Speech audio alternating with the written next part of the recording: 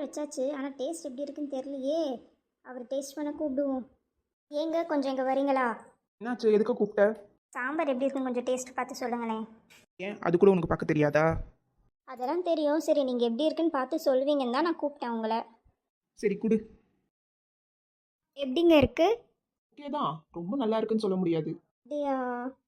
சரி.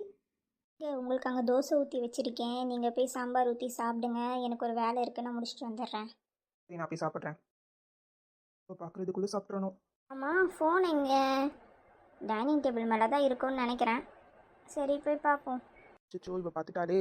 என்கிட்ட சாம்பார் சுமாருன்னு சொல்லிட்டு இப்போ பிளேட்டு ஃபுல்லாக சாம்பாரில் இருக்குது. தோசையே காணோம். அது அது வந்து சுமாரான சாம்பார் தானே, எதுக்கு இவ்வளோ ஊற்றி சாப்பிட்றீங்க? இல்லை, சாம்பார் நல்லா தான் இருக்குது. நான் தான் சும்மா சொன்னேன் உங்ககிட்ட. ஏன்?